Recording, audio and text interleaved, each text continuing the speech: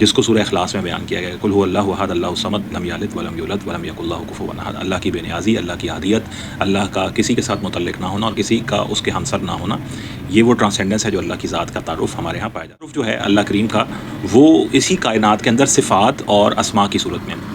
یعنی جب یہ کہا جاتا ہے کہ خدا جو ہے وہ زمین و آسمان کا نور ہے، جب خود کہا جاتا ہے کہ خدا جو ہے وہ انسان کی شہرت سے قریب ہے، جب یہ کہا جاتا ہے کہ تم تو چاہ بھی نہیں سکتے جب تک رب نہ چاہے، اور جب یہ کہا جاتا ہے کہ رحمان کے بندے وہ ہیں جو نرم چال چلتے ہیں زمین کے اوپر، یا جب یہ کہا جاتا ہے کہ سجدہ زمین پہ کرو واسجد واقترب، اور قریب ہو جاؤ اللہ کے، تو یہ پتہ لگتا ہے کہ یہ جو کائنات ہے، زمین و آسمان ہے، یہ اللہ کا نور ہے،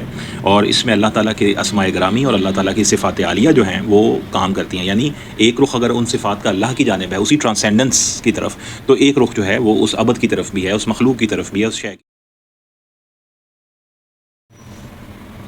بسم اللہ الرحمن الرحیم۔ السلام علیکم دوستو آج ہم بات کریں گے کہ انسان جو ہے اس کا باطن اور اس کا ظاہر اسے کیا دھوکہ دے سکتا ہے، یا اس کا باطن یا اس کا ظاہر اس کو کیا یقین دے سکتا ہے۔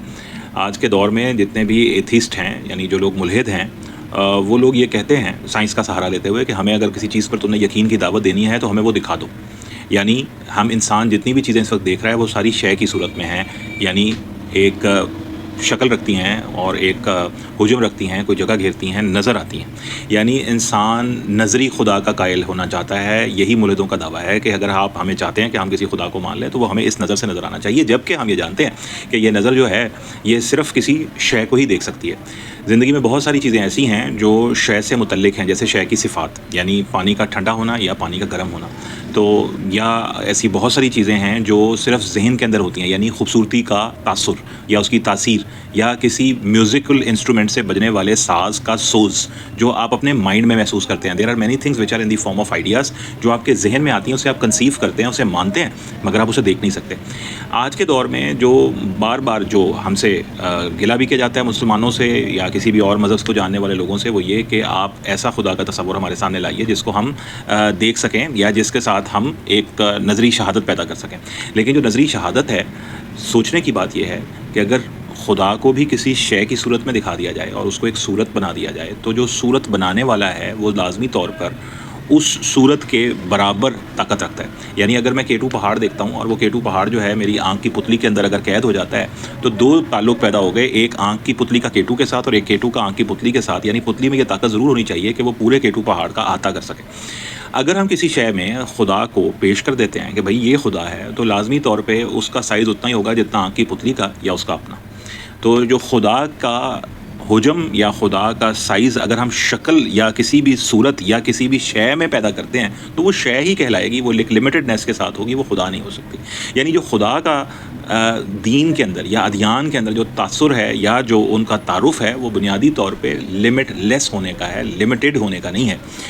جیسے ہی یہ کہا جاتا ہے کہ آپ ہمیں ایویڈنس دو اور ہمیں نظر آئے، تو اصل میں یہ کہا جا رہا ہوتا ہے کہ خدا کو لمٹ کر کے دکھاؤ، اور سارے دین کے ماننے والے لوگ کہتے ہیں کہ بھلا ایسا کیسے ممکن ہے۔ یعنی آئیڈیا میں اور آئیڈیا آف تھنگ میں اور تھنگ اٹ سیلف میں فرق ہوتا ہے۔ آئیڈیا جو ہے وہ شے سے ہمیشہ بڑا ہوتا ہے۔ یعنی اگر میں کہتا ہوں پانی، تو پانی جو ہے اگر اس گلاس کے اندر ہے تو وہ اس گلاس کا پانی ہے، یعنی گلاس کے اندر موجود پانی۔ لیکن اگر وہ سمندر کا پانی ہے تو ہے وہ بھی پانی، مگر سمندر کا پانی۔ تو سمندر کے پانی میں اور اس گلاس کے پانی میں لمیٹڈ اور لمٹ لیس ہونے کا ایک فرق ہے۔ جب وہ لمٹ لیس ہو جائے گا، ہوگا وہ بھی پانی، مگر تعارف بدل لے گا۔